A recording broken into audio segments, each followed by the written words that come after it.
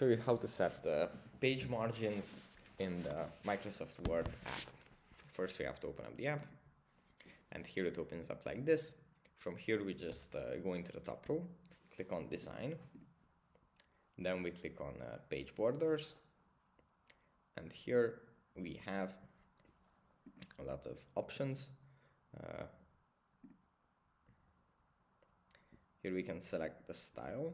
So for example, these double dots, the color, say we want to have this, the width,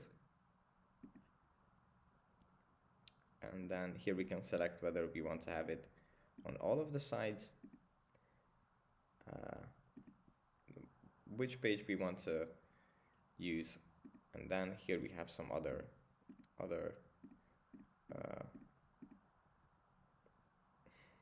borders as well. Here we have shading, but for now let's just use this. As you can see, this is the page border that we have added. That's basically it for this video. I hope it was helpful for you guys, and I'll see you in the next one. Bye.